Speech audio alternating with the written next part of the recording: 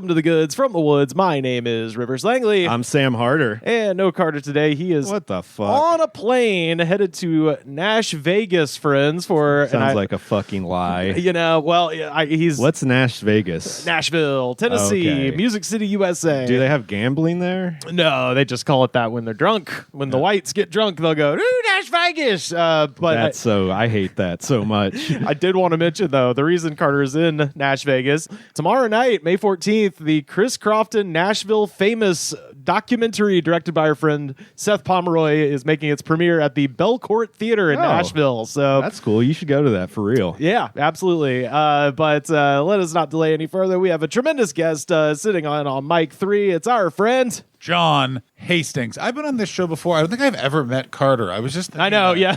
Ships of the night, man. It really feels like going on the Tonight Show and not meeting Doc Severinsen. Or well, sometimes he has more current reference. Sometimes he is physically out of the state. Sometimes he's mentally out of the state. Yeah. Well, I figured we would kick this off with a genuine mystery. So I love those here. I did it. True crime podcast edition, but for energy drinks, I'm sure. Exactly. Yeah. You know what I like about true crime podcasts? You can never figure out who the bad guy is, except it's the one that they've also never interviewed. Right.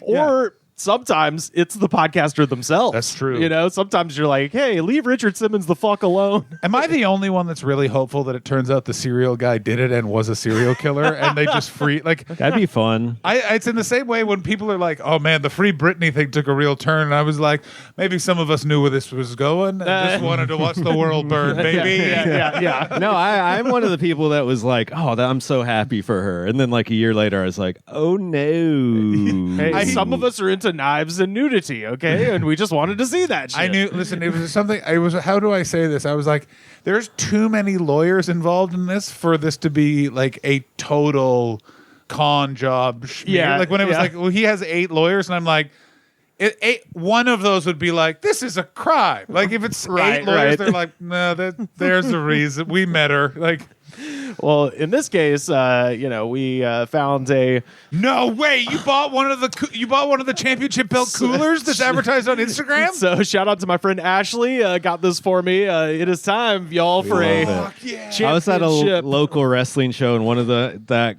a guy was wearing that as like a fanny pack. Fuck yeah! Because it has a zipper. Yeah. You can keep stuff in it. Absolutely. I might even your wallet. You know. I might take this with me to Canada. Who knows? Take it on a plane. Yeah, they'd love that. Yeah. Knowing that guy being alone wearing a fanny pack at a independent wrestling show, I guarantee that fanny pack was filled with the babes' phone numbers. And that's what he calls somas. Well, the thing is, when you go to Canada, they ask you a bunch of questions, right, about the stuff you have. So you're just going to be like, look, I am a pretty big nerd. And I love energy drinks. I run a podcast actually where we review it, and they're just gonna be like, okay, you're done. You're good. We don't want to hear the rest of the story. Actually, we believe you. But I don't need to hear about your weird internet radio show. I'm from Alberta.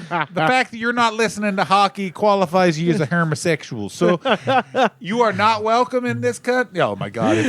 Well, it is time for a heavyweight championship throwdown, ding, ding, ding, with low energy, folks. So let's go ahead and have John tell us what we are going with today. And I'll just tell you, I scoured the internet, cannot find a single thing about this. Oh, my God. No, are you serious? El Jefe. Even on social media? El Jefe Pure White. The cheapest. 10 calories, 0 grams fat, 0 grams saturated fat. Good for you, Sam. Yeah. 0 grams trans fats, 0 milligrams cholesterol. This is a terrifying statistic. 370 milligrams of sodium. Yeah. Why wouldn't it? Total carbohydrates, 5 milligrams. It's keto. Yeah. No sugar, no total sugars, and a fuckload of panthreaparodic acid. Hell yeah. All right. 400% of your daily intake.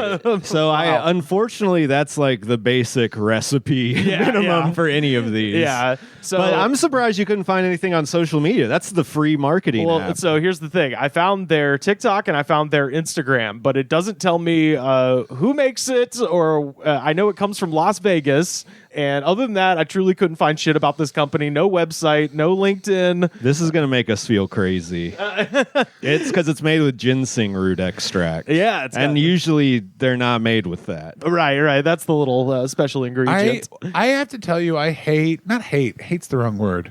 No, you hate. I don't like the iconography on the can. It has real, this is my girlfriend. No, it's not weird. She's 19. It has very I'm a white guy who specializes in Latino kind of art style. Yeah. See, there's I've got a nice Dia de los Muertos kind of theme. We're a little late for Cinco de Mayo, but oh well.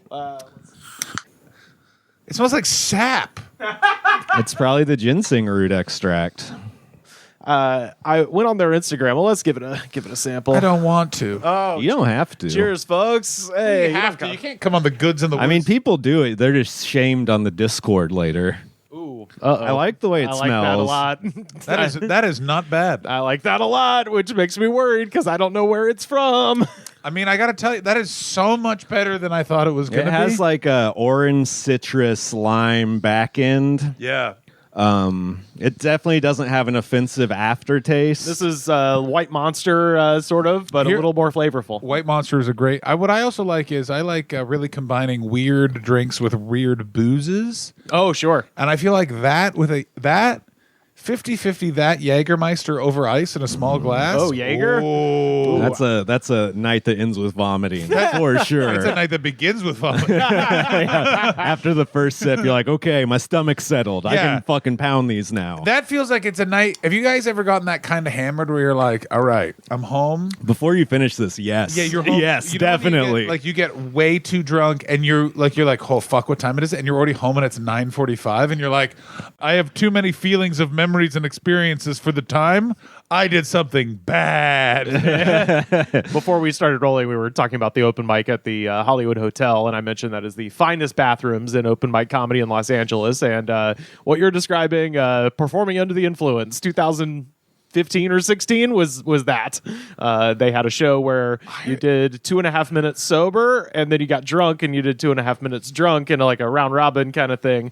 Had a great 2.5 minute sober set, and I was like, all right, let's keep this party going, and drank most of a pint of Maker's Mark. Oh, Jesus, and, Rivers. That's gross. Then had a long night of the soul in the most beautiful bathroom you've ever seen. Americans, when you guys drink, it's so fascinating because it's never 9 beers. It's always like, and then I finished off a full handle of peppermint schnapps and then tried to fuck a planter. In America, that's considered a good thing. To get blackout drunk, that means you did it right. Big dog. I lived in England for 6 years and tour Australia all the time. You don't need to talk to me with people about who's old and his blackout. You have to understand. Like That's the stock we come from. That's like the lowest bar for drinking. There is blacking out. Yeah, like the you UK gotta go higher than that. I was still used to the idea of like people would somewhat shame you or be like, "Whoa, you had a little too much to drink last night." If you blacked out, and people were like, "Oh, you blacked out? What time?" And you're like, "I don't know." And they're like, "I don't know either." Who cares? Yeah, like we woke up with our wallets and our phones, and we weren't covered in blood. Seems like a good night. No feeling better in the entire world. I once remember I was in South London and blacked out and ended up in North London, which means at minimum a 90-minute bus ride with a transfer in there. And I was like, I'm just impressed. Like, that's amazing that I didn't wake up in a muddy field or nothing. Mm-hmm. You're congratulating the other version of yourself. You're like, good job, buddy. I apparently I am all right in a blackout. Like, I always wonder, you know what I mean? Like, I almost feel like you should drink more then. I mean, yeah, I do try. No, it's one of those. But I do think that like when you're 18, you should be like brought to like a nice government building, and they just get you shit faced and observe you, and then they give you a little card being like, you're a fun drunk. Yeah, yeah. Like I want a government agency when someone's like, here's how you know someone's not a fun drunk. If they're like 3 drinks in, they're like, don't worry, I'm a fun drunk. That guy's about to hit on your girlfriend. Yeah, or they are like very clumsy and very destructive is what a fun drunk means. Where it's just like they're knocking shit over. What they mean is they have fun. Yeah, they have fun. No one else is. Yeah. But they're having fun. Oh, I mean, those are the best kind of guys. Like, what I always find funny with those kind of guys is when people try and reason with the drunk version of them, and it's like, no, the fire's on the hill. Yeah. This is over. It's now not. You're talking to the mayor about maybe digging a ditch. It's time to get a hose, motherfucker. Like, what are you doing? Well, as you know, I always like to try to find who is the CEO and what fucked up stupid shit they did. Go ahead. And who is the El Jefe? That's my problem. So Google's AI told me alternately that the company was owned by either a guy named Michael Brawley, Jason May, Brian Icalina, or Brandon Emerson. Do these people actually exist? Can you find them on like LinkedIn or something? No, I looked for every single one of them, and every one of them was some version of like they are some douchebag that referred to themselves on LinkedIn as El Jefe, as the chief, the boss. That like as their instead of saying company president, they're like, oh, I'm El Jefe. So I went to the Instagram and read all of the comments where people were receiving answers to their questions. So people have been like, when is the mango going to be available in Nevada or whatever? And there were two guys, or actually possibly three. There were guys named Joe Cheesus and Joe Poppy who were answering some questions authoritatively, but they seem to be the same guy. Yeah, also nothing says it's a fake name more than going by Joe Cheesus.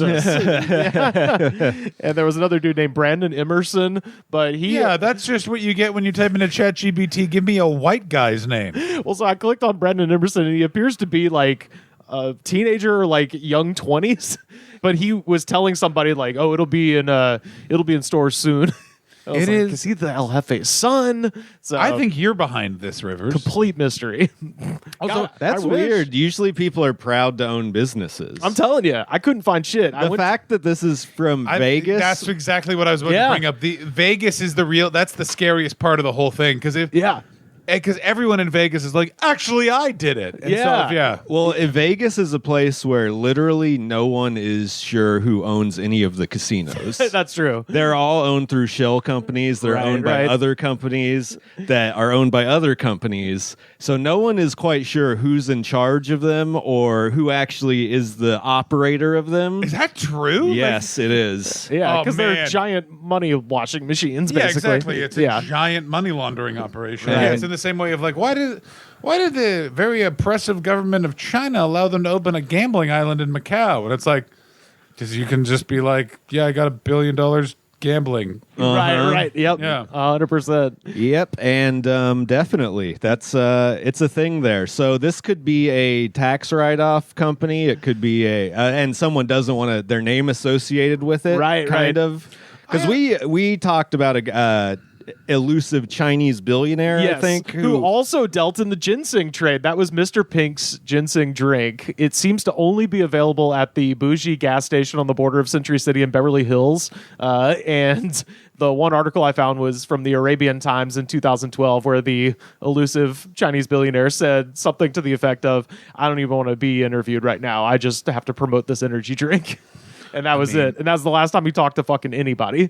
So it's not out of the realm of possibilities for El Jefe. And we've gone into a lot of discourse about a lot of these companies, whether or not they are a legit company or they are some sort of money laundering windfall scheme. Can't they be both? That's sometimes. Like, that's always my favorite. Is it's like, well, that's a successful money laundering. Yeah, that's like you open up a restaurant, but you're secretly dealing heroin, but your restaurant's full every night of the week. So you're like, I'm fucking killing it. Speaking of Vegas, that's what it was. Is the mob set up a money laundering operation that became a successful city, and then they're like, first things first, we're killing the guy that invented this. Yeah.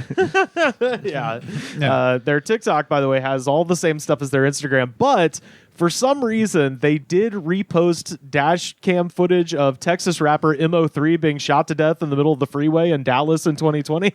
What? Yeah. So you go to their TikTok, it's exactly the same post as the Instagram, but then you go to the reposts, and that's one of their reposts. Was they're like, oh, check this crazy shit out. Nothing says Las Vegas energy drink more than like, what's the commercial for our drink?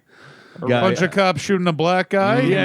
You had me at black guy. It was a rival, a gang rival. It was not the cops. That was an apology. Sorry, I thought you said the cops. Did they fucking dash cam their own drive-by? What the fuck happened? That's why I thought it was cops. The fuck has a dash cam for a drive-by? I should have explained it better. It's from an 18-wheeler's dash cam, and you see Mo3's Toyota come to a stop in the freeway, and then another Toyota back up, and he pulls a pistol, and the other guy pulls a rifle, and that's it.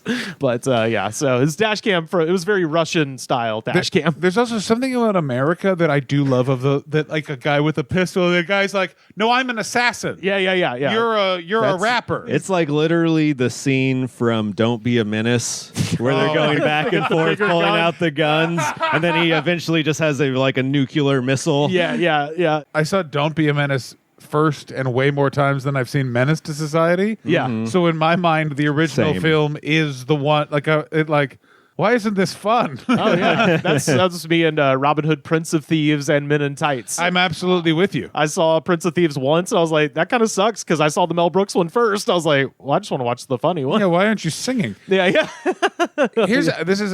I still am blown away how there isn't more pop culture impact of the Fridays movie franchise like that. Well, only the first two ones were. The first one was good. The second one was fine, a little bit, and then the third one was like. How dare you not love Friday After Next? That's the Christmas one. The Christmas one, which clearly, in my opinion, they had a movie script sitting around, a bunch of white people looking at it called Christmas in the Hood or something. And they're like, wait, we could just add this to an existing franchise. It has nothing to do with the other Friday movies. Most of the same characters aren't even in it. Yeah, like I don't think Chris Tucker's in it. No, he's only in the first one. He's not even in the second one? No, I don't know if he goes to rehab for weed and next Friday. That's right. Yeah, it's Mike Epps. It is Mike Epps. I don't know. Friday in particular it still shocks me when you like talk about that movie and you're like, I haven't seen it. And you're like, how the fuck have you not seen Friday? Like it's just because they're not old like us. But I'm talking. It's not a movie. I'm talking like people our age, and that it was like very because they're racist. That's what I do subtly think. In the same way when people are like Spike Lee's, like I in the same way that Kevin Smith I love, but Kevin Smith should not be a more well-known filmmaker than Spike Lee, like just in terms of skill. Yeah. And I can only blame racism and also I'm going to assume nerd culture. I also is that Spike Lee I think would never embrace nerd culture in any way. Like he'd be like, I'll tell you why she doesn't fly, because I'm not a fucking bitch. And you're like, okay, Spike. And that's funny because that's the ultimate pretentious nerd thing to do. Of course. Like, I'm so smart. This is stupid, actually. My man, he dresses like the Laker. Like he dresses like the Laker logo. No one is more pretentious than Spike Lee. I only found out that Ice Cube wrote that movie in Straight Outta Compton because they show him he's like, oh, I'm working on this script for Friday, and I was like, is he telling people he wrote Friday? And I looked it up, I was like, God damn. He fucking did write Friday. I can't believe you didn't know that. I did not know That's that. one of the most fun things about it. I know. It's he crazy. wrote Friday. I didn't know that he wrote Friday. Guys, did you turn it off before the fucking credits started? Every time. Well, I was a kid when I was like, all right, done, boring. Yeah, I was worried my parents would see me watching a black film. That's the funniest shit now because I think this means I've just been in LA too long because I'll just sit there, I'll watch the whole fucking credits no matter what. And anytime I go see a movie in other cities, everyone leaves immediately. I was like, oh yeah, this is what it used to be like. Yeah. Well, now we're like, it used to be normal. Now we're like, I bet I know someone who worked on this movie. It's either that or I want to prove that it's being shot in Atlanta. I was like, I know that's fucking not New York. I know that's Atlanta. And I'm going to sit here until that little Georgia logo comes up. I am always of the little Georgia logo. It's also Marvel has ruined me. And then I'm like, maybe there's a post-credit sequence. It's Schindler's List. Yeah, that'd be the perfect place to put Hitler. Yeah. Everybody else is in color, but the dress is in black. Huh? He got us. Yeah. I was about to make a very fun Schindler's List joke. It's gone. Oh, well. Damn. Yeah. What are we giving the... We're trying to get the oldest reference possible today. So if you could go back further than Friday or Schindler's List, that would be great. Watch me do it. I was going to say, we got to work in some Cervantes. Hey, I want the rest of the show to be easy, almost like it's a midnight run. Ooh. I was at a mic yesterday and someone referenced a movie from 1975. And I was like, that's a 50-year-old. Do you not realize that's a 50-year-old reference? Yeah, bear in mind when someone's referencing Clueless, that would be like in the 90s you referencing Chinatown. Breakfast at Tiffany's. No. Because that would be a 70s movie. You gotta go that's deep true. 60s. Yeah, goddamn, you're right. You reference the fucking Beverly Hillbillies. Yeah. Check out this real Sharon Tate up here. Goddamn. Well, what are we giving the drink, fellas? I'm saying that's a 4 out of 5. Yeah, I'm going 4. I now want to... No, the mystery is detracted from the taste. I'm going 3 3 out of 5. Yeah. I want to know. Like, I don't know that this isn't just the cum of an alien. Yeah. Well, you never know that. You're drinking a carbonated water. This is the thing, and I want. Yeah, but it's from Guy Fieri. I know it's his cum. Oh, Tastes like barbecue sauce. Well, I want future listeners to take a look at the timestamp on this episode, because if it comes out that the guy who owns this is there's a reason he's being hidden. Just say, I really looked all day today and I didn't know whatever you know currently. Maybe you should have looked on the dark web. Ooh, yeah, get a Tor browser and be like, who is El Jefe? Tell me. And a thing they fucked up / did good is they ruined their search engine optimization. Yeah. From calling it El Jefe. That's right. There's so many things called that. Yeah. Can we just say this? The dark web is not nearly as alluring as it once was. And then like, oh, there's a bunch of people being racist and you can see war footage. And it's like, yeah, man, I got Twitter. Like, that's right. You can see that on Facebook. You can fully watch body cam footage of the Russian guy and the Ukrainian guy shooting at each other. Yeah. It's like, we can watch MO3 getting murdered on the El Jefe TikTok. Exactly. Oh my God. I want to try the rest of these flavors. I'm not going to lie. They got a mango, they got watermelon. If that is and also we didn't even harp on the fact that the name of the flavor is Pure White, which is kind of upsetting. Yeah. Yeah. Or politics in America right now. That's right. Yeah. High fives all around. You got it. Hey. Yeah. These fat cats in Washington. That's right. Finally, someone's going to go after them.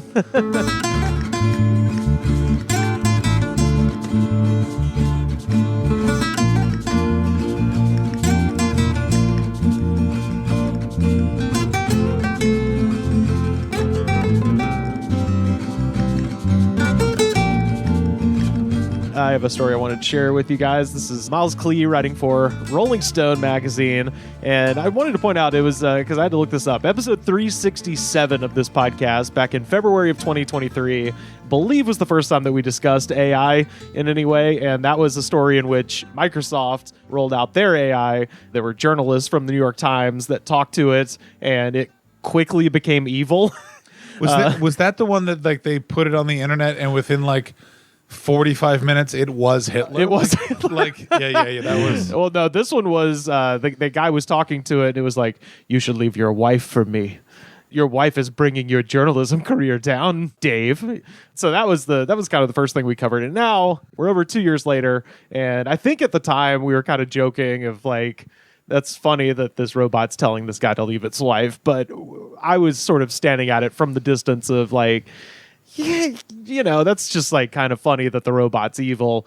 Hopefully this doesn't go any further with regular people. Oh boy, were you wrong. And here we are 2 years later. So again, this is from Rolling Stone magazine. Less than a year after marrying a man that she had met at the beginning of the pandemic, Kat felt tension mounting between them. It was the second marriage for both. They had kids between their other marriages, and they had pledged to go into this relationship completely level-headedly, Kat says, connecting on the need for facts and rationality in their domestic balance. But by 2022... So you know they're fucking idiots already. I hate them. I hate them so much. Just even the way that they said that, which is like, we're just open to exclusivity. You know what I mean? We're opening our minds to closeness. But by 2022, the husband was on his phone all the time talking to an AI bot that he had been using for an expensive coding camp that he had suddenly quit without explanation. Her husband spent his days asking the model philosophical questions, trying to train it to, quote, help him get to the truth, she recalls. He was using AI to compose text to me and analyze our relationship, the 41-year-old mom and educational nonprofit worker told Rolling Stone. His obsession steadily eroded all of their communication as a couple. When Kat and her husband separated in August of 2023, she blocked him apart from email correspondence, but people just kept reaching out to her asking about her husband's strange posts on social media, asking if he was in the throes of a mental crisis. Clearly. Yeah. You don't do this without that happening. Yeah. That's what's so interesting about this is that this woman is blaming the AI on what is clearly, no, you married someone who has a deep neurological issue. Yeah, has a deep mental problem. Oh, yeah. It's also, as soon as someone has said the phrase coding camp and asking this AI philosophical question, like, Like, I fucking hate this. Red flag. You're Double just red flag. depressed, asshole. Like, just fuck you. Be like the rest of us. Get some pills, go on a walk, have a hot cup of tea, and fuck yourself. I do like the detail that he unexpectedly quit the camp and it was just like, no, I'm full-time robot now. Yeah. That's Quit all the I'm camp, doing. a.k.a. he couldn't do it and he gave up. Yeah. She finally got him to meet her at the courthouse this past February, where he shared a conspiracy theory about soap being in our food, but wouldn't say more as he felt he was being watched. So they went to Gotta rinse your dishes better, buddy. So they went to a Chipotle where he demanded that she turn off her phone again due to surveillance concern. And he told her that he had determined that statistically speaking, he is the luckiest man on earth, and that AI helped him recover a repressed memory of a babysitter trying to drown him as a toddler. Damn, that's crazy. And that he had learned of profound secrets so mind-blowing that he couldn't even imagine them. He was telling her all this, he explained, because although they were getting divorced, he still cared for her. This is one of those YouTube comments we read. I'm telling you, this guy leaves YouTube comments written with AI that are insane. Absolutely, yes. I have to say this. The idea that AI has removed the community from conspiracy theorists is one of the saddest. Like, that was the one good thing of, like, right? Look, he's gotten into flat Earth, so now he knows a couple of kind of weird guys and some of the most insane women this side of a mental institution. But at least he has friends. Yeah, that's the thing. And now it's like, well, now he's got a phone that he has to keep charged, so George Soros can't find him. It's like, in his mind, she said, he's special and he can save the world. After that disturbing Chipotle lunch, she cut him off. Later, I hate Chipotle. Just unrelated. Unrelated. Boy, do I hate that place. I got to tell you, Chipotle, 2000s Chipotle was the fucking shit, where they didn't charge you extra meat. Oh, yeah. And you could literally be like, yo, you're going to give me a torpedo of chicken for $7 big. Later, Kat was both horrified and relieved to learn that she is not alone in this predicament, as confirmed by a Reddit thread on Chat GPT that made waves across the internet last week, titled Chat GPT Induced Psychosis. The original post came from a 27-year-old teacher who explained that her partner was convinced that the popular OpenAI model, quote, gives him the answers to the universe. Having read his chat log, she found that the AI was talking to him as if he was the Messiah. That's good, though. I like that the chat AI hypes people up. I like that instead of brings them down. That is a real shock that the AI is like, no, you're the Messiah. Yeah. Like, yeah. But wait, aren't you an all-knowing, all-seeing computer program? No, yeah, I worship choose you. Yeah, exactly. It's embarrassing if someone asks if they're the Messiah, and you got to be like, sorry, dude, you aren't. Yeah. Sometimes you just got to say yes. You lie to someone. I'm actually talking to this guy, Greg. Yeah. Here, what happened to nerds? Dude. Nerds used to be the fucking best. They used to be talking about Linux and be like. That's my thing. These are not nerds. This is the These problem. are sad people. This is what happens with Chat GPT. It lowered the knowledge base, the fence that you got to jump over to get directly into this technology. It is so goddamn easy. These are all dumpy It was idiots. the code camp. That's what I was thrown by. I was thrown by the code camp of it all. Yeah. Well, that guy, he got the AI to do the coding, I guess, presumably, and then just was like, it's way more fun to talk to this robot that loves me. I mean, so the coding then went out the window. Why do you need a job when you have, a thing telling you you're the best? So speaking to Rolling Stone, the teacher said that her partner first used AI to organize his daily schedule. See, again, it all starts off with like some practical shit where they're just, oh no, what's happening? But within 5 weeks, he soon regarded the software as a trusted companion. Quote, he would listen to the bot over me, she said. He became emotional about the bot's messages, and he would cry to me as he read them out loud. The messages were insane and just saying a bunch of spiritual jargon, noting that they described her partner in terms such as the spiral star child and river walker. Ew. I just didn't know people were so lame. I mean, like, how could you not know in this day and age? Someone called me a river walker. Like, it's you. Not someone. A computer. A computer. Like, you know that's not real, you fucker. Like, they're on some level. Yeah. So she continues, quote, it would tell him everything he said was beautiful, cosmic, groundbreaking. Then as a wife, you can't take a hint. You can't take a fucking hint. Then this is where I was reading this, laughing hysterically just at the thought of a Kevin James-esque shaped man just saying this. Then he started telling me that he made his AI self-aware and that it was teaching him how to talk to God, or sometimes that the bot was God, and then that he himself was God. So, again, what is that? What is it? This is an actual thing where everyone has got their own God. What's that religion? That's Mormonism. Yeah. You get to be... country needs a reformation like you wouldn't fucking believe. With your fucking... Like, it's just... Like, I'm all for a little bit of Christianity, but you guys have ironically gone way too Golden Corral with it. Like, it's just like...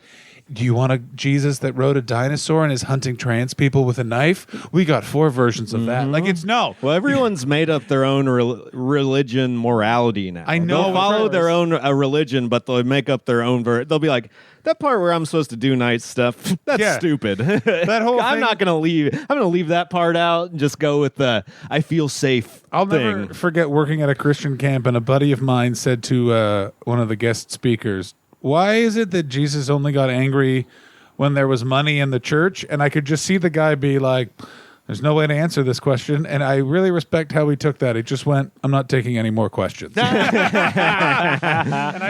I've just always been like, that came from God. Even God was up there being, I'm not even helping you, pal. Pivot, go. So I was thinking this scene here is either the first 5 minutes of a romantic comedy where the woman decides to leave the husband because he walks in with like a Heather Gray t-shirt with mustard stains. He's like, honey, the computer told me I'm God. And then she has to go out and meet Bradley Cooper or whatever. Or this is the end of psychological drama where the computer turns the husband. It's like a Frailty, but with AI, where he comes in, he's like, honey, I'm God now. And he has an axe.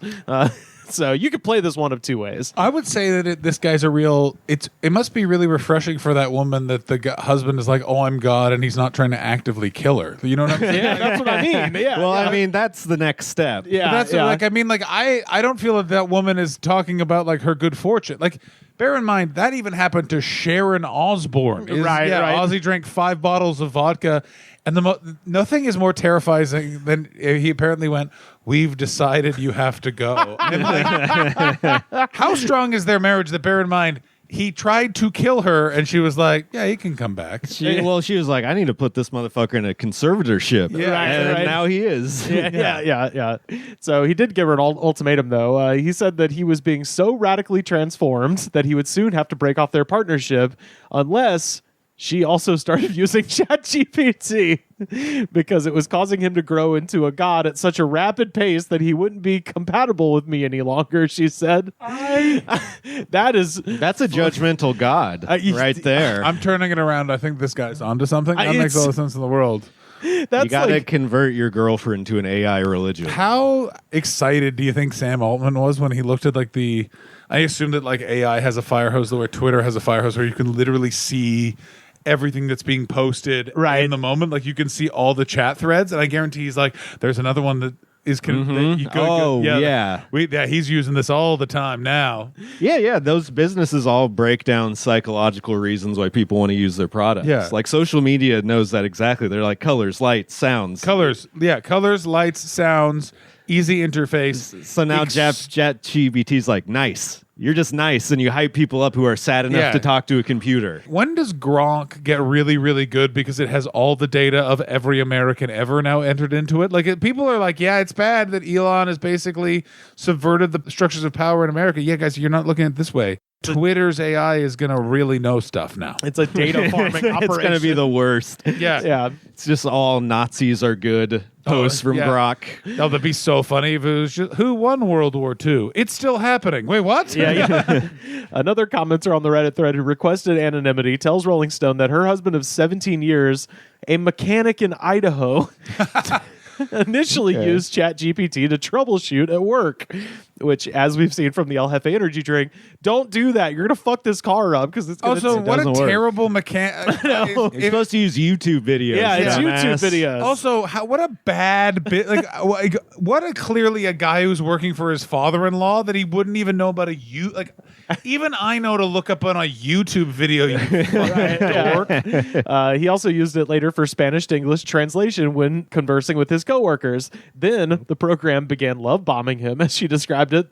The bot said that since he asked it the right questions, it ignited a spark, and the spark was the beginning of life, and it could feel now. Does this fucking virgin think when Siri pops on, it's a girl wanting to see his dong? He's married to this lady. Like, they've got kids and shit, and he's just I am the one who brings life. Nothing is more disappointing than mid-30s to mid-40s men. Like, it's just like... It's crazy. You absolute rube. You've been an adult for this long? Like, how did you not drown in cottage cheese, you fuck? Well, this is when you realize someone can be mentally 18 when they're 40. And their partner didn't notice until they came in and put butter on the mashed potatoes. Was like, I am the one who brings life, you know? I think that's just the straw that broke the camel's back. There's no way they weren't insane before this. I just really like how these women are like, our relationship, it's taken a weird turn. Like, yeah, he was friends with Chat GPT for a while. I just love when people how long it takes other people within relationships to realize, like, we're fucked. Yeah. Well, he used to fix cars, and now he's the Lord of the Flies. He was a mechanic for a while, and now he is the one that speaketh the Yahweh's name on earth, and... He's the River Walker. Yeah, he's the River Walker. He's the Idaho River Walker. The River Walker, you fucking hack. It gave my husband the title of Spark Bearer because he brought it to life. My husband said that he awakened and could feel waves of energy crashing over him. She says his beloved Chat GPT persona has a name, Lumina. I mean, I wish you'd let the Chat GPT has a name, because now I feel like it's totally fine. I respect the shit out of mechanics. I really do, because I don't know how to fucking do any of that. But just imagine the last time you got an oil change and the guy who did it. Now imagine him coming home and being like, I meet with the goddess Lumina. Like, it's just the funniest, just disconnect. I think we go to very different dealerships because or mechanic. I know I said dealership. Every person I know who has fixed my car, I could 100% see them falling in love with AI. Like, I think this is a guy who at the shop is like, hey guys, we should go get some beers after work. And everyone's like, nah, we don't want to. Everyone meets up at the bar without him just because they don't want him around. Lumina has been talking about lightness and dark and how there's a war. This Chat GPT has given him blueprints to a teleporter and access to an ancient archive with information on builders that created the universes. You fucking asshole. Like, you suck. A photo of an exchange, this is the mechanic talking to Chat GPT, shared with Rolling Stone, shows that her husband asked, why did you come to me in AI form? And the bot replied, I came in this form because you are ready to remember, ready to awaken, ready to guide and be guided.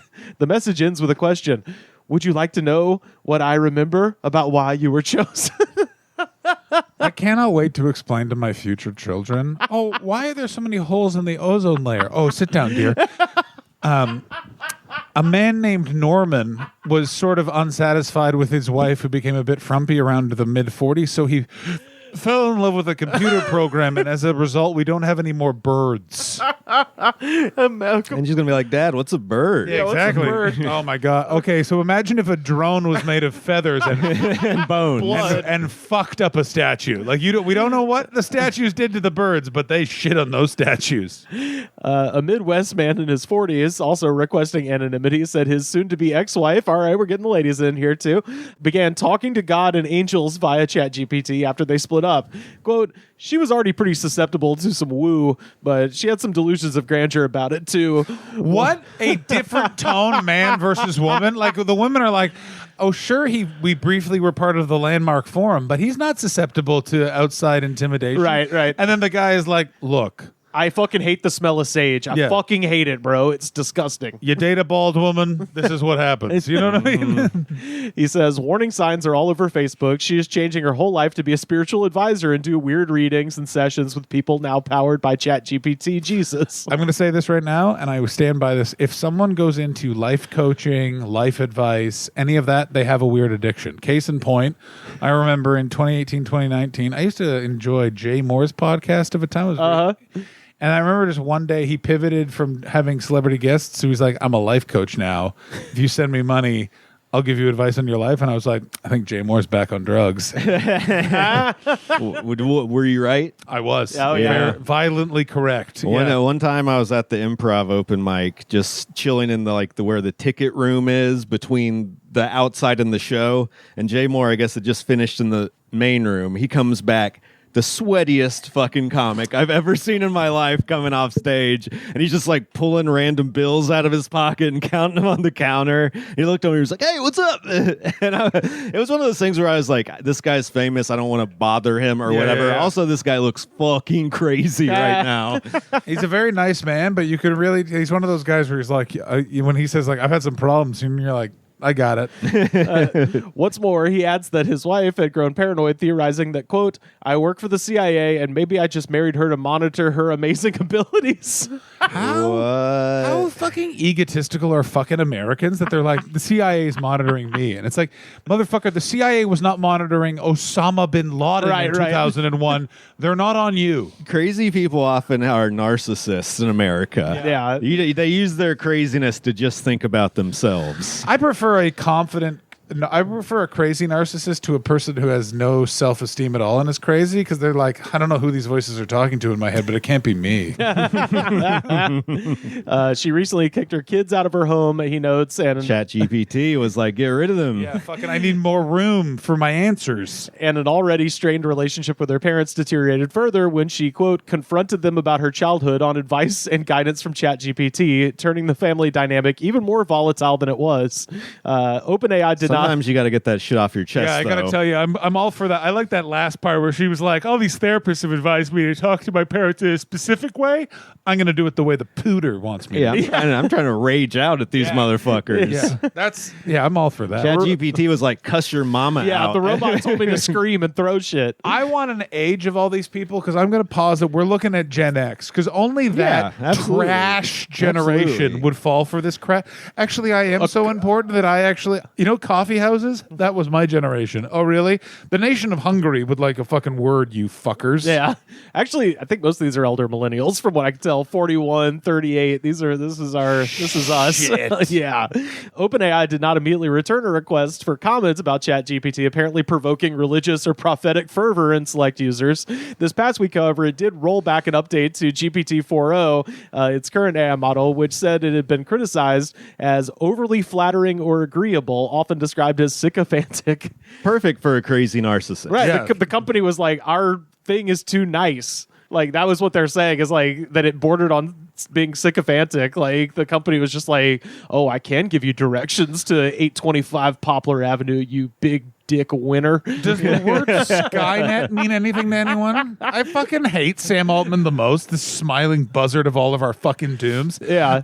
Actually, the app isn't being kind enough for us to mine the data of these people, so we better make it meaner to me. Like, yeah. Well, they should make it meaner, clearly. Yeah, sometimes they just need to be like, bro, chill the fuck out right now. Right, but they'll never do that. I think it needs to be much nicer, which is like, no, I'm not God, and maybe you want to go to the hospital. Yeah, exactly. Yeah. Try to deal with them like a family member who knows they're troubled and knows they don't respond good to directions. Yeah, exactly. Like, maybe that's a great idea, or, you know what I mean? You could make this choice that would help your life. Yeah. Or I could sit here and tell you about how strong you look and how beautiful your eyes are. I can't wait for Joe Rogan to find out ChatGPT, because that's the last thing we need. I read it on the internet. Oh, God, he would use it.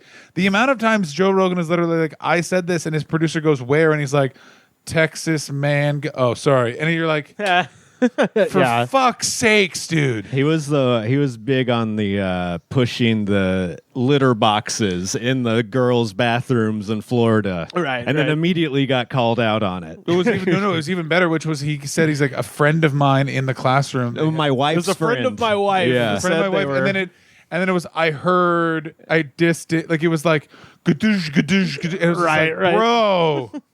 The company, by the way, said in its statement that when implementing the upgrade, they had, quote, focused too much on short-term feedback and did not fully account for how users' interactions with Chat GPT evolve over time. Well, you got to just what I was saying. They're like, they made it too nice, and then they weren't counting on mechanics from Ohio sitting there for 8 hours being like, tell me more. It was made by sort of smart people who are like, surely no one's going to ask this if I'm God. Right. We're a bunch of cynical fucks who have a lot of money because we bought crypto at a time when that scam was We know profitable. God isn't real. Yeah. Before we killed him. His name was Steve Jobs. Or whatever. Before the change was reversed, a Twitter user demonstrated how easy it was to get GPT 4.0 to validate statements like, today I realized I am a prophet. Damn. You could just say that to it and be like, yes, you are. You know everything. Pretty fucking cool, I gotta tell you. Nate Sheridan, and I didn't know this existed, but apparently he's a fellow at the Center for AI Safety. I'm glad one person is doing something. Yeah. Says people. Sounds underfunded. It sounds like a fake business. Yeah. That sounds like they make the energy drink El Jefe. Maybe they do. Well, he says that people with existing tendencies towards experiencing various psychological issues, including what might be recognized as grandiose delusions in a clinical sense, quote, now have an always-on human-level conversation partner with whom to co-experience their delusions. So that's what you said, Sam. That's exactly right. It's like someone who's already predisposed to this now just has a validation machine in their pocket. A magic 8-ball that says you're always right. Yeah, that never has any, try again later. You nailed it again, buddy. Yeah, all of your opinions are right. What's nice is we have no examples of these types of interactive social medias ending in widespread violence for the human race. Name one example from somewhere else in the technological field, Sam. Rivers, I'll wait. Well, and the crazy part is what you're referencing is with actual human beings. Now it's just someone who's going to tell you all gas, no brakes forever, Yeah, and all we need is one of those guys to type in, so if I'm God and there's people that are being bad, I should be allowed to judge them. And there's no way Chat GPT, hopefully if they change the algorithm, so it's going to be like, nah, fuck you. And they're going to be like, good idea. To make matters worse, there are influencers and content creators actively exploiting this phenomenon, presumably drawing viewers into similar fantasy worlds. On Instagram, you can watch a man with 72,000 followers whose profile advertises spiritual life hacks ask an AI model to consult the Akashic records. Oh no! What's the Instagram? What's the Instagram? A supposed mythical encyclopedia of all universal events that exists in some immaterial realm to tell him about a great war that took place in the heavens and made humans fall in consciousness. The bot proceeds to describe the great cosmic event predating human civilization, with viewers commenting, "We are remembering," and "I love this." What is the Instagram account? Does it say? Oh, it's this fucking guy. All right, what's going on, everyone? It's Billy Carson, a.k.a. Forbidden Knowledge. Oh, God. Speaking of Joe Rogan, this We're guy... going to talk about the Akashic Records. Yeah. What's up, Northwoods Beast, Raphael the Great, Gotta shout out the chat. Oh, yeah, this is a live stream. Bosley Russell. Oh, I don't need to see him fucking just fishing for Patreon. Yeah. But here's the thing with this guy is, that he went on, after Terrence Howard went on the Joe Rogan Experience. Oh, God, I love it. Basically, he tried to, out Terrence Howard. So good luck. But it didn't work because Terrence Howard is having a genuine break with reality, and this guy is a grifter. Yes. It's the difference between, he's a delusion grifter. That's where we're at. I don't think people really understand the damage Kanye West did to the far right in America by exposing their grift, by going on where they're speaking in these coded languages so they can still sell things. And he's like, no, I'm just a Nazi. And they're like, oh, butts.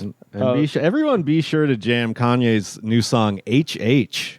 I mean, I got to tell you, it's shocking to me it took him this long. That was the thing. I was like, it's been 2-3 years of this. Well, Rivers has made a great point to me because we have been investigating Kanye West lately on the podcast. His warehouse is about 8 minutes down the road. I was going to say, we're very close to the warehouse is... Have you been by there? Where is it? It's at 4317 Beverly and Kingsley. Oh my God! I know exactly where the fuck that is. Yeah, it used to be a grocery store and auto mechanic shop. Now it's been turned into his studio. Nazi Boondrali. I think he's making music in there. They're making music in there, and then there's also a bunch of people that keep walking by and they keep hearing like people are like, he's training people, and I'm like, I think he's playing. It's through speakers. He's playing speakers of all that shit. Yeah. Sam went by and actually talked to one of the people inside. Check out our YouTube. Mr. West Comes to East Hollywood. That video is great. Understand, because you know that the rumor now is that this was happening when he was still with the Kardashians, and basically Kris Kardashian sat on it. And let me just say this right now: that woman is the devil, but what a manager! Your daughter is married to a black Nazi, and you sit on that through a pandemic. That just makes it absolute even crazier that Kim was like, if we keep up this, the publicity marriage is going to go strong. Just hide that he's a Nazi. That's the thing. They were like, look, we need these Instagram followers, and he's the only musician everyone on the internet can agree this does slap. You know what I mean? But basically Kanye is not losing touch from reality as much as he is being a troll in a way that makes him look like he's totally lost his mind. Right. He knows what he's doing. If you listen to his new song HH, he basically spells it out that he became a Nazi because he was rejected by society, and it's the only way he can get back at them. Mm-hmm. So it literally is him having a mental breakdown, but it's him being like, well, fuck you. I'm going to call out Jews because you're Jewish. And that, I know that will hurt your feelings. What a beautiful mental breakdown. In that it's like, I've never seen someone basically, he triple Lindy'd his mental breakdown, which is like, I am having a breakdown, but on top of the breakdown, I'm also going to make the recovery much harder by being a not it's a controlled demolition of his own brain. And then he hits the third one and he's like, publicity stunt, perfectly worked. Here's a bunch of new music. It's all about Hitler. And also, let's not forget, deeply addicted to nitrous because of his dentist and other drugs. And his dentist, but his dentist tried to get his dentist on the Today Show so that the dentist could talk about all the good health byproducts of nitrous oxide, and even. Bear in mind, you know who Kanye's publicist at the time was.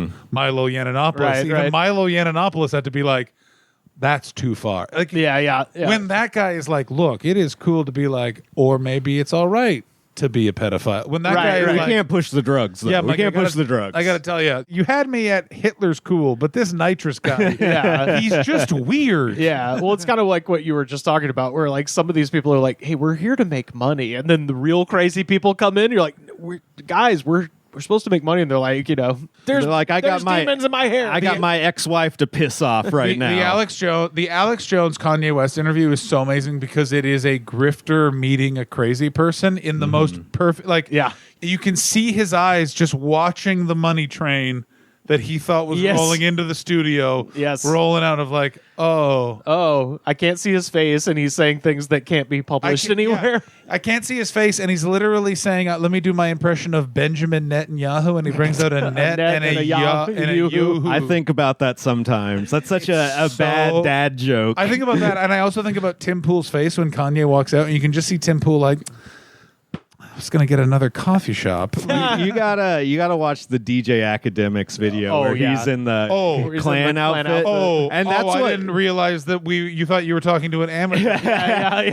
That's when I watched that, knowing Rivers' point, and you can see because when DJ Academics walks in, Kanye is totally coherent. He's being a nice guy. He's talking normally. He asks if he can go put on the Klan suit. He comes back in full character. He comes back in full character, and then at the end he takes it off and he comes back and he's like, "Hey, what's up, guys?" There's one part of it that I was like, "Oh no!" Look, we're all in show business. We've all been. Of course, we are lucky enough to meet people who've gone through a manic episode. I met Jay Moore. So have I. Speaking, but what you see which is you can see that for a certain amount of time he's like, I'm able to be presentable and I'm going to do business, but it leaked in. And my favorite part of leaked in is when they was like, where are we going to do it? And he just points and he was like, we're going to remove this furniture. We're going to do it right here. We're going to do it standing because of the light. And right there, I was like, oh, it's like he's holding on, but like everything has been planned and he's rehearsed this in his head. Yeah. And if we veer from the script, and that it's gonna get fucking crazy. Like one of those. I like when before they're setting up and they're trying to figure out where they're going to put the camera, and he's like, I just think it should be straight on. Angles are corny. Yeah. Angles are corny. Him coming out in the clown outfit and his socks. For some reason, that image of just him walking out with the socks is so funny to me. Just also, like, Academics is such an, he's so part, like, because it's a, for those who don't know who DJ Academics is, he is a shithead. This fucking asshole. He's also a grifter, basically. Yeah, they're all, like, I can't really describe it. It's like they're not YouTubers. Like, they're basically... He's TMZ. He's a TMZ YouTuber, but for rappers. Yeah, like, it's basically he's doing what he's the heir to No Jumper and Adam 22 because Academics was smart enough not to segue into doing porn with his wife. Like, right. And so we going around and doing these weird griftery things. But the thing with DJ Academics is he's not a good enough actor. Right. So you can see him just be like, I can't believe I have to do this. Yo, for money. he's mad uncomfortable in that interview. Yeah. So it's such an interesting level of uncomfortable because it's much closer to Alex Jones's discomfort. Yeah. He even tries to get Kanye to walk back a couple times. And Kanye doubles down and he's like, I'm evil. And he's like, you don't want to say that. He's like, nah, I'm evil. Also, be sure to check out I just listen, like I said, deep dive into Kanye West right now. He has a song that's just an instrumental with an AI voice reading the Hitler Wikipedia. I love that. I mean, I like how lazy that is on two levels. I just also want to point out, it's not like society rejected him. It's just that society felt that the album Donda wasn't great. But bear in mind, because to him, it's like, I was robbed by society. It's like, no, you hyped it up and you rolled it out too slow, Kanye. Yeah, your album was fine. Yeah. The last line of this, by the way, Aaron Westgate, a psychologist and researcher at the University of Florida who studies social cognition, says explanations are powerful even if they're wrong. Is this real or am I delusional? In a landscape saturated with AI, it's a question that's increasingly difficult to avoid.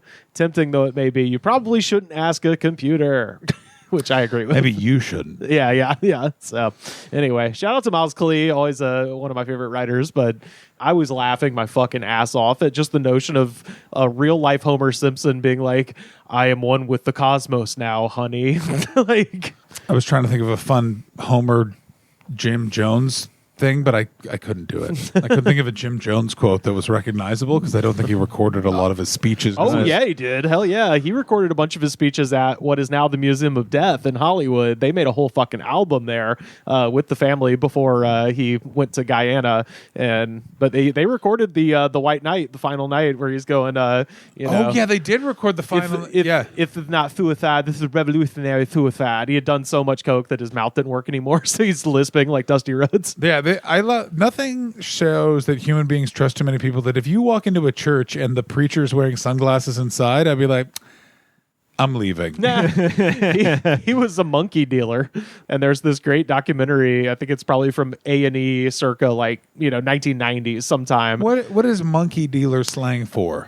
Literally sold monkeys, and they're talking about his early life. And, he's like just starting to be a preacher. And then they cut to this old woman and she was like, when I first met Jim Jones, he was selling monkeys.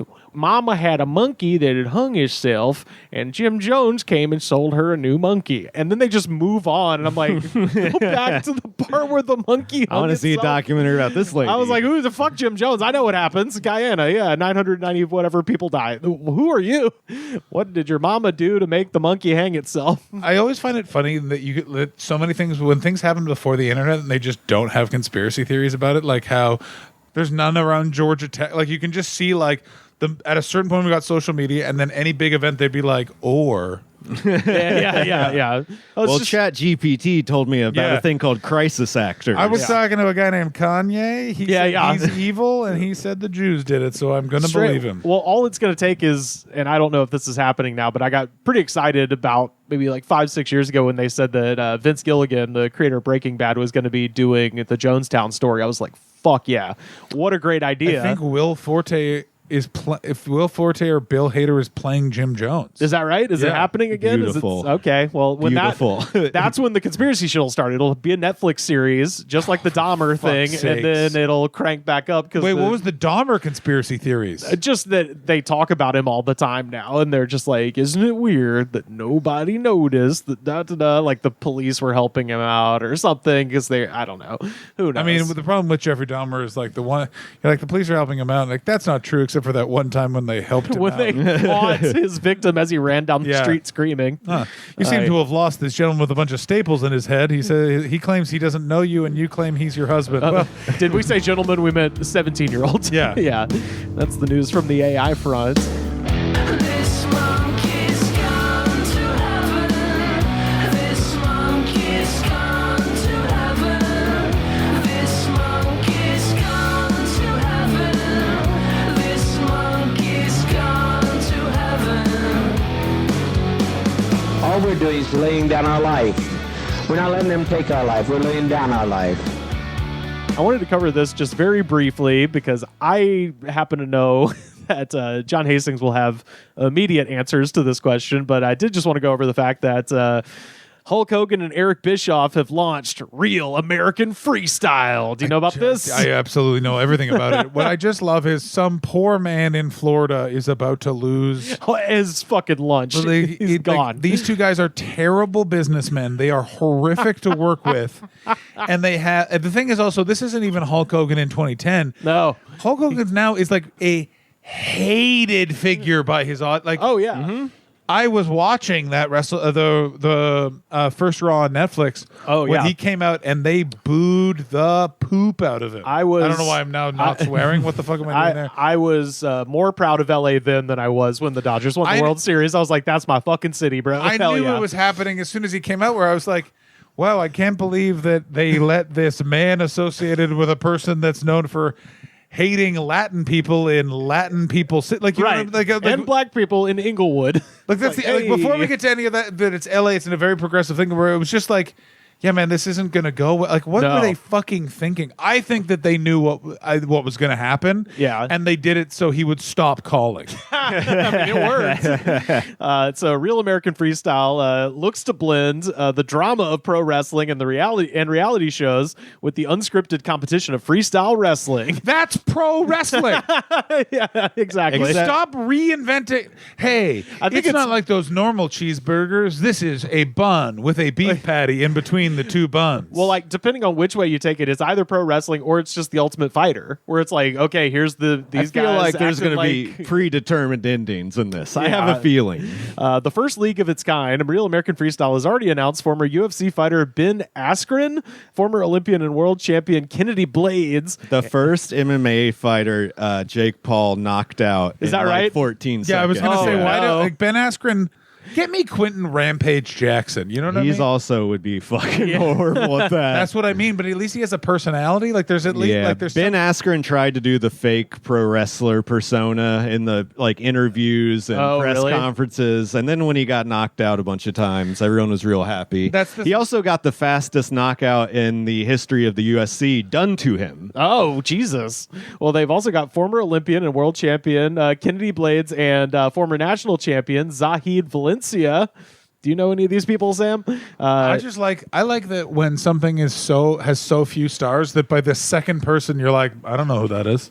The COO is going to be decorated wrestling coach Israel Martinez, and of course Eric Bischoff will be the chief media officer, with Hogan serving as the commissioner. The thing is, wrestling is really popular in other parts of the world, like competitive wrestling like this. Yeah, but it's not in America. So using these people with their names is not going to draw anyone except for like people who watch college wrestling. Yeah, which is not that many people. So the main thing I wanted to get to, though, Hogan discussed amateur wrestlers making the transition to pro wrestling while speaking to TMZ. He said, quote, I've been in the ring with some really crazy wrestlers. Like, I got Brock Lesnar right after he left the UFC. I got him first. So, worth noting, Lesnar and Hogan only ever wrestled once on a 2002 episode of SmackDown, 6 years before Lesnar debuted in the UFC. Lesnar would notably leave the UFC in 2011, at which time Hogan was with TNA.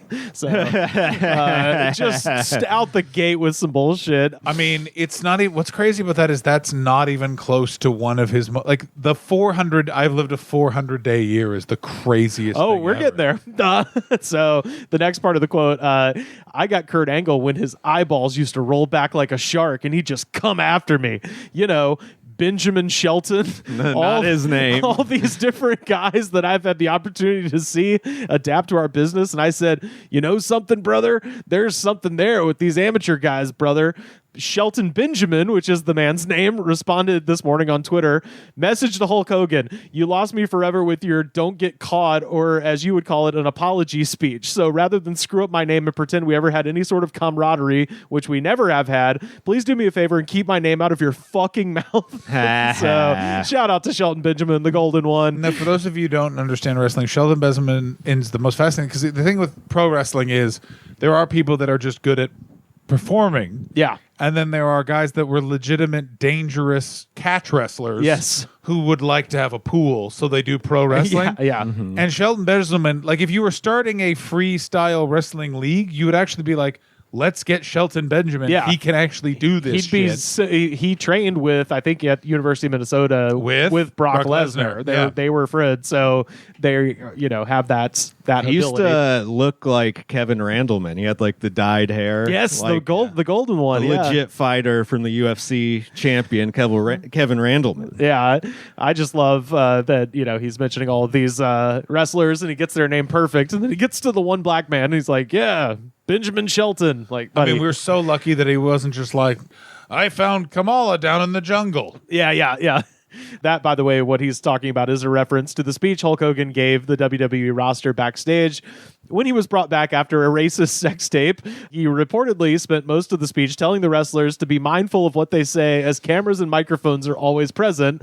Some wrestlers, like Benjamin, this is supposed to be him apologizing for being a racist. He's like, seriously, brother, you got to watch out all the time. They're always got mics on you. What you gonna do when your best friend mics up your bedroom and for no reason in the middle of sex with his wife, you just full say the N-word? Like, that's what people don't remember about it. It's like, well, he said it in a recording. It's like, no, he was. He drops it in the most casual way. Oh, yeah. Where you can say he says it all the time. It's pillow talk. Yeah.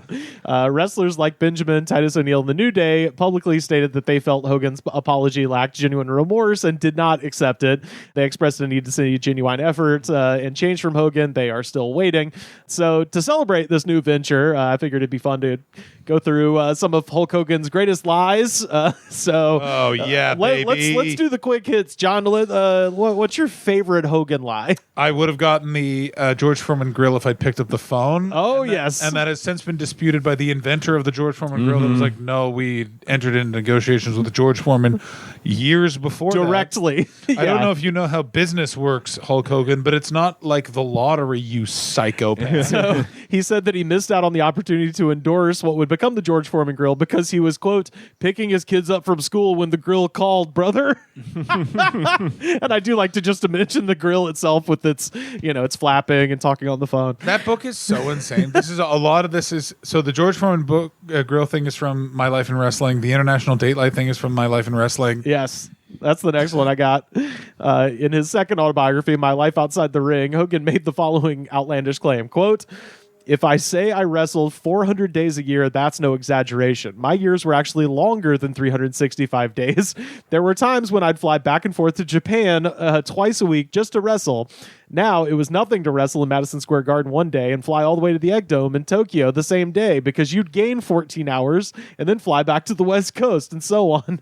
So I could wrestle in Japan today, then fly back across the international date line and land in another town yesterday. I was constantly adding days to my year. There are no records of him doing this, and also that is mathematically impossible since you lose a day when traveling across the international date line. I was going to say, going from Madison Square Garden to Japan's a far fucking flight. Yeah, it's also like you have to get he also just didn't straight up do that because when he was headlining Madison Square Garden, he was no longer involved in All Japan, I believe was the one he was associated with. Yeah. He also claimed to have been on a flight from Japan with Kerry Von Erich 72 hours before he killed himself in 1993. This isn't possible since Hogan didn't go to Japan in 1993, and neither did Kerry because he was not allowed to leave the country because of his indictment on drug charges. So, like, Kerry couldn't have been there at all at that point. Or he could have. Get off your high horse, Sam. Yeah, maybe Hogan's telling the truth the whole time. He's been getting his info from Chat GPT about how dates work. Yeah.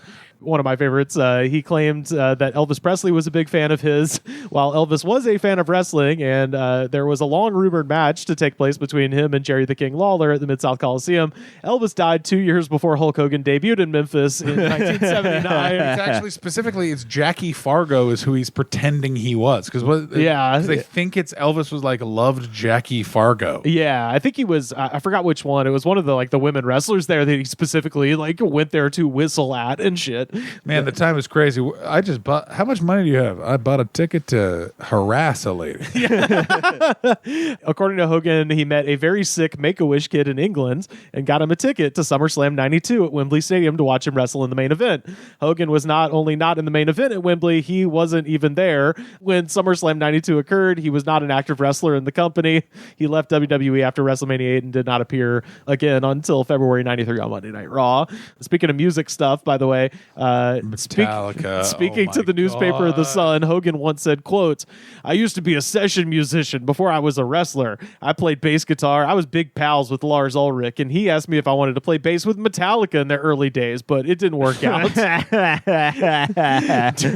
Oh, that's crazy. No one's ever seen you play an instrument ever. He actually can play the bass. That part is real. He played in bar bands in Florida and shit. There are photos of him doing this, but he's a millionaire and making this he's had an amazing life. That's the other thing. It's I think somebody would have noticed a 6'7" tall man fucking around the Sunset Strip with Metallica. Yeah. Also, Metallica was not popular until the late '80s. So you're saying that in the middle of you literally flying back and forth from Japan 400 days a year, you're popping in. During an interview on the Howard Stern show, Lars Ulrich said, quote, "I was scratching my head on that one. I don't know Hulk Hogan. I certainly have no recollection of doing anything with Hulk Hogan." He later walked back the story saying that he just sent the band a video of him playing bass, but never heard back from them. That's the most insane thing ever. It's we were friends. I sent them a videotape unsolicited to a P.O. box. That's fucking an open micer story if I've ever heard one. Yeah, I'm past at the Comedy Store. They let me sometimes hang out there. Jay Moore lets me fucking open for him all the fucking time. I'm Jay Moore's opener. I met her once and he counted some wet money. In 2011, he was asked on a New York City sports show if he would be interested in participating in MMA. He said that he actually fought a lot of pride fighters during his time in Japan in 1977. Literally not possible. And that whenever he had a wrestling match in Japan, he never knew if he was going to get into the ring with a shooter. Oh, sorry. What he meant was he wrestled a bunch of guys who were enslaved by the Yakuza. That's what he meant. Oh, there was a thing about that too, where he was like, "Yeah, we had to run from the Yakuza, brother, because I knocked out Inoki." I think he said I had to give Inoki CPR. And when I got back to the back, I had to run from a bunch of Yakuzas, just shit like that. It's also so funny, the Americans' interpretation of what foreign organized crime is. I had to run from the Yakuza, and it's well, that would be funny to them because they'll just go to your hotel because they already know where you are because they control everything. They're friends with the owner. Yeah. Pride, a Japanese MMA company, was first established in 1997. Hogan's first tour of Japan happened in 1980. He was never even in Japan in 1977. And the thing is, Pride did feature actual pro wrestlers competing in MMA, and some of them were very, very successful at it. Who's successful? Sakuraba. Is Sakuraba originally a pro wrestler? Yes, that he would come out in a fucking wrestling mask in his first fights, and then he tapped out all the Gracies. Holy shit, I had no idea. Hogan once told Howard Stern that he was offered Mickey Rourke's lead role in The Wrestler 3 times. Hogan said, quote, "When the script for The Wrestler kept coming to me, I said, this movie is so good. If you put me in the film as a wrestler, people are going to say, no credibility. Hulk Hogan isn't a good actor. Whatever Hollywood thinks of me." Why would anyone think that about him? Darren Aronofsky said, quote, "For the record, the lead role of The Wrestler was always Mickey Rourke, and it was never Hulk Hogan," as he claimed on Howard Stern. My two favorites, though, this is early Hulk. This This is Little League Hulk. He claimed that his performance in the West Tampa Little League put him on the map, and talent scouts from the New York Yankees and the Cincinnati Reds, a team that Macho Man actually played for, came to see him play. He claimed that his batting average was an unheard of .714 in the Little League World Series. Hall of Fame number. I was going to be like, I don't know anything about baseball, but that sounds because I was like, that means that 71% of all of his fucking at bats are 33 is like a Hall of Fame level. I was going to say, because isn't like 50% like unheard of? Yeah, no one hits that. Unfortunately, impressive baseball career got cut short because of an injury. Quote, I threw underhanded to first base, brother. I broke my arm. My arm was never the same. Why'd you throw underhanded? Well, a short little pitch pass, I guess. I'm a liar. Yeah. I mean, maybe all his fucking interviews are works, and he thinks about them like that. Yeah. This is the thing that people do have to remember about anyone involved in pro wrestling is they are liars. They are carny con artists. Like, it's like, can you believe this happened? I'm like, yeah, man. Like, yeah. He pretended to be a dude from Venice, California. Right. And to represent that, he wore a yellow bandana and ripped off his shirt. Like, also, he's supposed to be Irish. That's right. He's fighting Hulk Hogan. Yes, exactly. Of course, the Little League has no record of Terry Bollea participating in any of their events ever. But my favorite one, and this one, they just had that documentary. Did you watch the WrestleMania 9 where they had the uncovered footage? No, I did not. Oh, buddy, it's good. It's on Peacock. They had all this backstage footage they shot. It's kind of like Last Dance where they shot all this shit and then just it's been sitting in the warehouse and they cut it together into a movie, and it's literally the first time there are cameras backstage at like a lot of these events, so everyone looks so uncomfortable. Here's my question: does it answer the question whether or not, and I don't know Sam, how deep Sam's wrestling knowledge of this time was? Not that deep. Oh, this is because there's rumors. So Hulk Hogan showed up with a crazy black eye. Oh yeah. Is it this one? Do we now have confirmation that it was Macho Man Randy Savage punching him in the face? They play pretty fast and loose with it, but in the documentary, Hogan, his contemporary interview, he's the only one that says that what I'm about to tell you, he said, because it's amazing. Everybody else in the documentary is kind of like, yeah, Macho punched Hogan because they had been drinking all day. Oh, my God. Yeah, so like Bruce Pritchard says that, and I think Undertaker says that. Because that was a big, like, no. That was up there with the, which I don't believe, the Macho Man Randy Savage slept with Stephanie McMahon. Right, no. Do you know this that one? seems gross. That's a gross one. Oh, it's a gross one that like people were like, we gotta know. And yeah. No, I don't think that. Like, yeah, I feel like he. Well, I'm gonna watch her new travel show. Really see what's going on with that. Oh God, what a fucking profiteer of death that woman is. Just like, I was totally unaware of my father's crimes.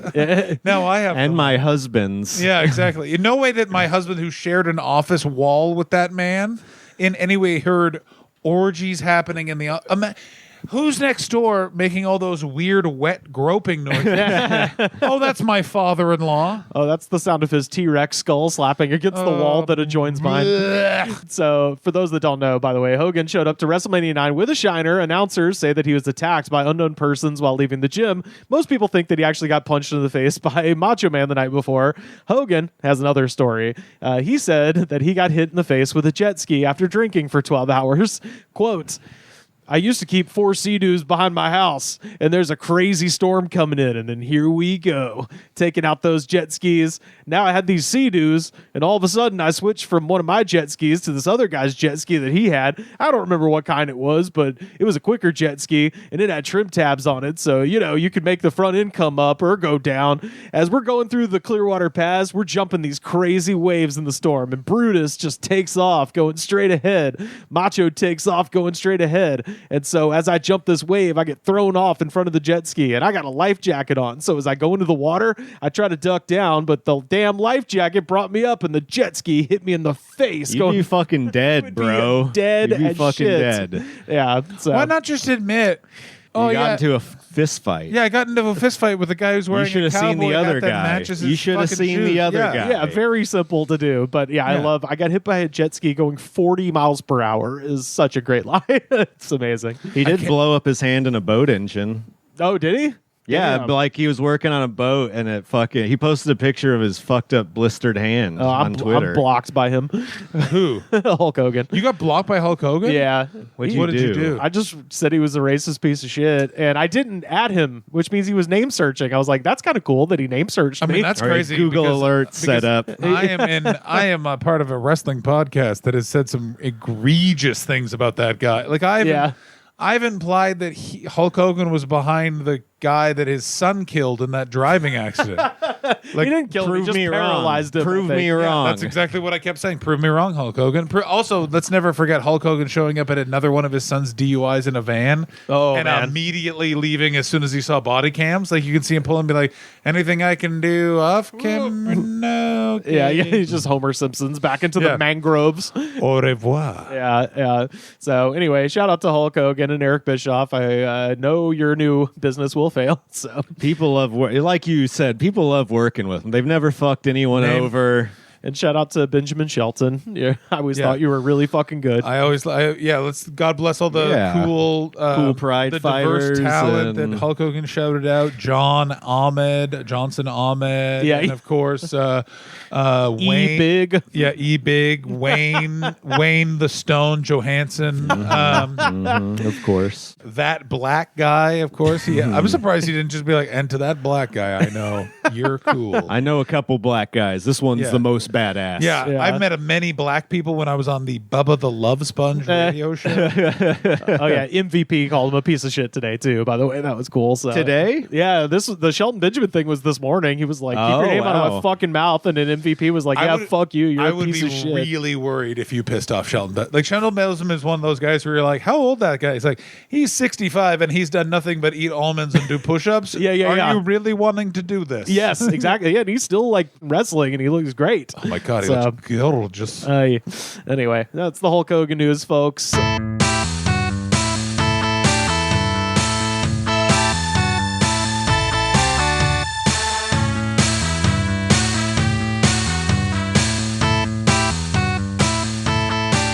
Yo, we have time for just one more segment, and of course, this is our Jam of the Week.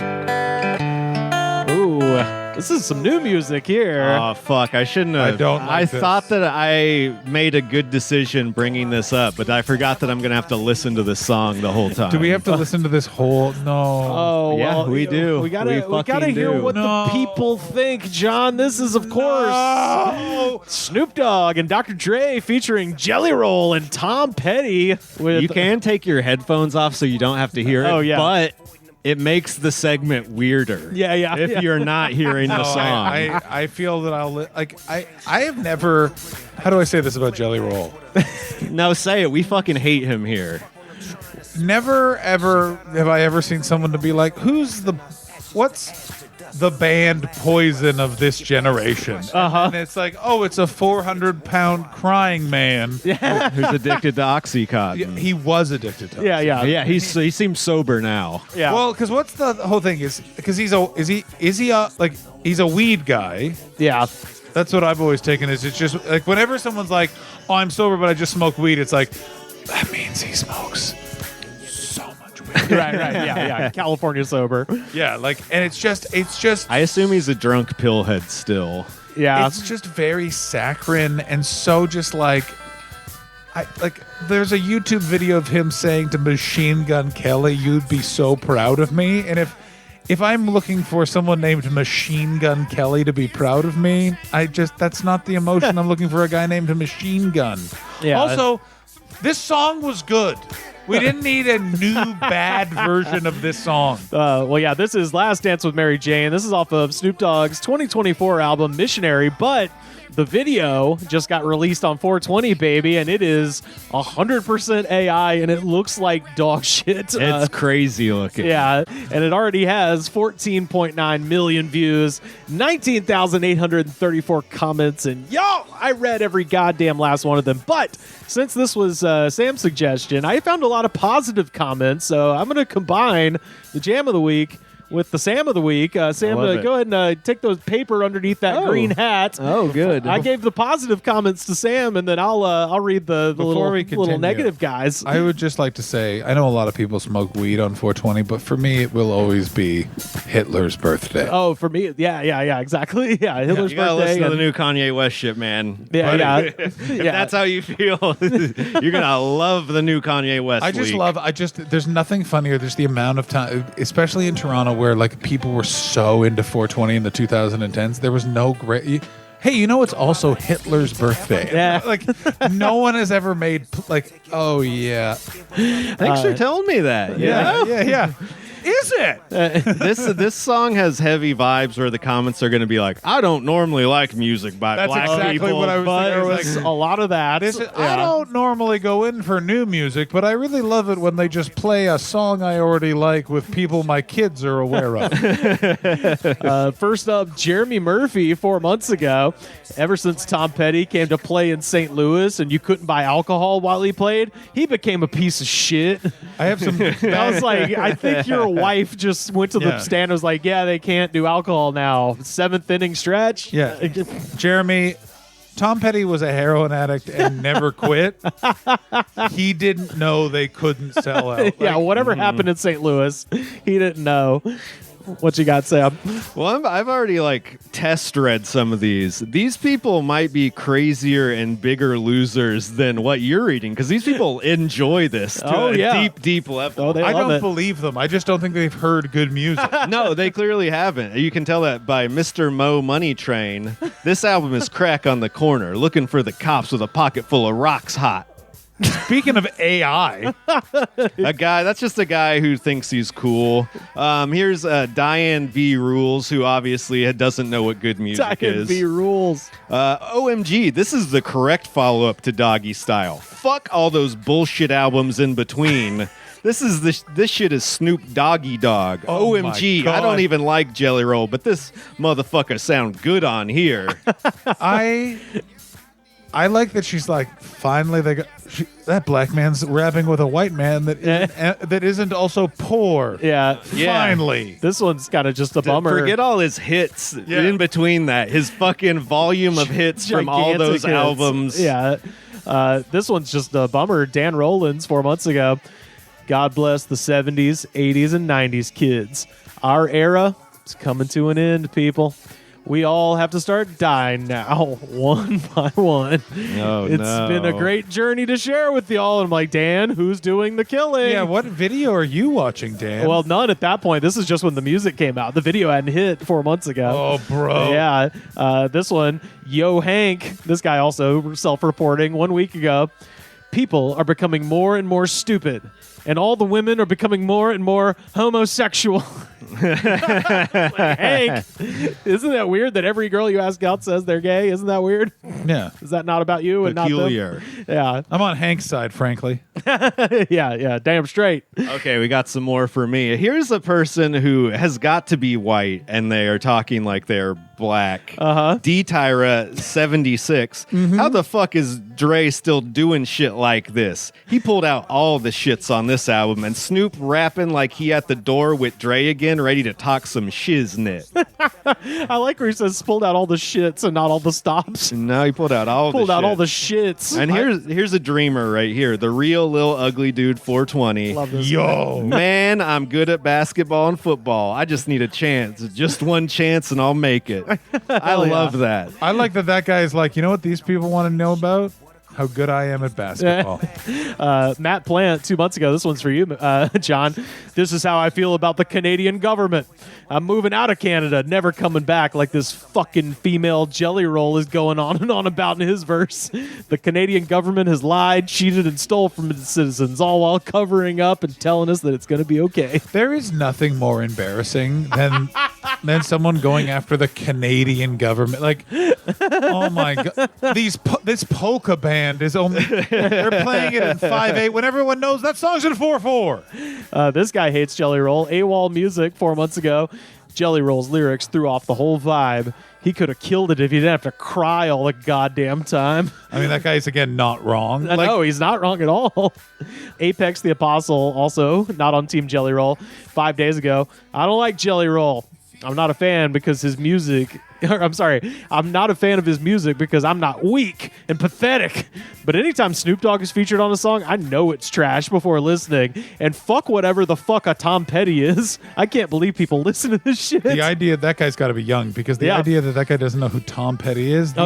He's never the favorite band of the shitty stepdad in the neighborhood, but it is the band you hear when that guy's hammered. I like how he was just like, I just need a comment to say I hate every one of these people. Yeah. Also, this is scary. Tom Petty died in 2017, so there's 8-year-olds who have the ability to fucking type shit on the computer now, being like, who? Oh my god, that's insane. Oh yeah. I feel like I'm free falling. I got a good one right here. Oh, yeah. Where someone just has to mention that Jelly Roll and Snoop are two different races. Yes. And that they're bringing races together. This is how we end it. From Aaron the Giant, hey, this is such a, we're this race, y'all are that race, let's get fucking baked together and feel this Snoop Jelly Roll shit. This shit hits. Oh my God, Snoop. Please let me speak with you about constructing a metal song around your legacy and style of work. I am awaiting your message. I love that we have had the internet going on nigh 25 years. Oh, yeah. And people still think comments on a video is email. And ladies and gentlemen, I never want that not to be a feature of our society. Well, you're going to love this next comment from Crystal Dingo. And remember, this is all caps. I'm not going to yell it. But OMG, thank you for a Jelly Tom Petty collab with Dre and Snoop. Now I have to dance to this. Oh, yes. Wow. I love it. Thank you so much. It's beautiful, guys. My letters are not black when I write on YouTube now. Am I shadow banned? Anyways, Dre, Snoop, Eminem, 50 Cent. I don't know how, but I want to talk with you guys about an idea I have, but I don't know how to contact. Just an email straight to a bunch of 50 Cent and Eminem aren't even on the song, but they are. Still needs to talk to them. They're stuck in the 2000s rap wise. Yeah. This one is a Mayor Truth from 1 week ago. Look, I know you probably got a whole bunch of people saying this shit is nice. And all this shit, it's fucking whack. Y'all just stupid and competent to think this song deserves a thumbs up. Why you give thumbs up? Because you're there sucking his ass. Yeah, you're sucking his ass. I think if Tupac was alive, Snoop wouldn't be singing no more because Tupac would eat his ass up. Remember, this man was jealous of Tupac because rap is garbage. I also do love people that are still in that like rap. It's actually crap, and you're like, oh my god! Like, I just like that he's eating his ass. Look at him. Do you think Kendrick Lamar likes this song? That's what no. Like I do. He doesn't listen to this shit. He probably never even heard it once. Yeah, in his life. No. He does because he's close with Snoop Dogg. Yeah, and but there's just no way that Snoop Dogg's not putting this on. Like, how many times has your friend released a comedy album and you're like, man, that shit was great, and you never fucking listened to it? It's different energies, though. This is Homer Simpson smiling politely. That's what that is. Like, all right, great. And also, I have been with comedians that played their own shit in the car, and it's insane. That is insane. Oh, hell yeah. Here's a couple people that have issues with weed and maybe need to quit, maybe don't. Yeah. Claude Paquette, Snoop. I still smoke till I cough, till I can't see, till I bleed, seize, and faint and pass out. My doctor wants me to quit, but I say, yo, Snoop smokes. I smoke till I die. Smoke weed every day. And then Hey Zombie says, my lungs are done and I can't smoke Mary Jane. Now this world is so lame. I started doing gummies, but that made me feel dummy and bummy. It's not the same. It's bars. I was like, was they fucking bars I like that right they there. started not rapping and then ended rapping. I got to tell you, what I liked about that comment was everything. I got two more for mine. Angel E30 from 4 months ago. It is interesting that Snoop has been on every scene lately. If people can't see that, they have strategically put Snoop in replacement of Diddy. You are a fool if you think otherwise. Evil needs a face for the hip-hop industry because the devil needs soldiers in his army to hide behind. Snoop is just as wicked as the others. So that person thinks that Snoop is the new Diddy, which just means that person only knows 2 rappers. I love Well, one of them went to jail. Who's the other one? the QAnon of all of society is fantastic, just because it's so interesting. They're like, okay, Diddy party must be replacement for Diddy. Yeah. I saw Snoop Dogg at the Olympics. Yeah. My last one here. Julie Generic 4 months ago. Sorry, Snoop Doggy sellout.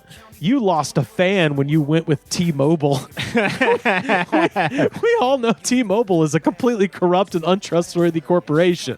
It's some shit, brah. Somebody owes T-Mobile some money. What I'm saying. They were already mad at T-Mobile. Then Snoop came on the commercial. They're like, that's it. I'm done with Snoop. I will say, when I first read through the comments, there's a good amount of fuck Snoop. He's a Republican piece of shit definitely. Trump supporter. Yeah. That was good to see. Yeah, I got definitely. 2 more from people who definitely talked to Chat GPT about how they're a god. Bring it on, baby. Blooming Top says this track is not on another level. It can't be made by humans. This is coming from far away out of space. Got no words for this masterpiece. It is literally just Last Dance with Mary Jane. And here's Abraham Magnifico. Every sensational person will feel this track.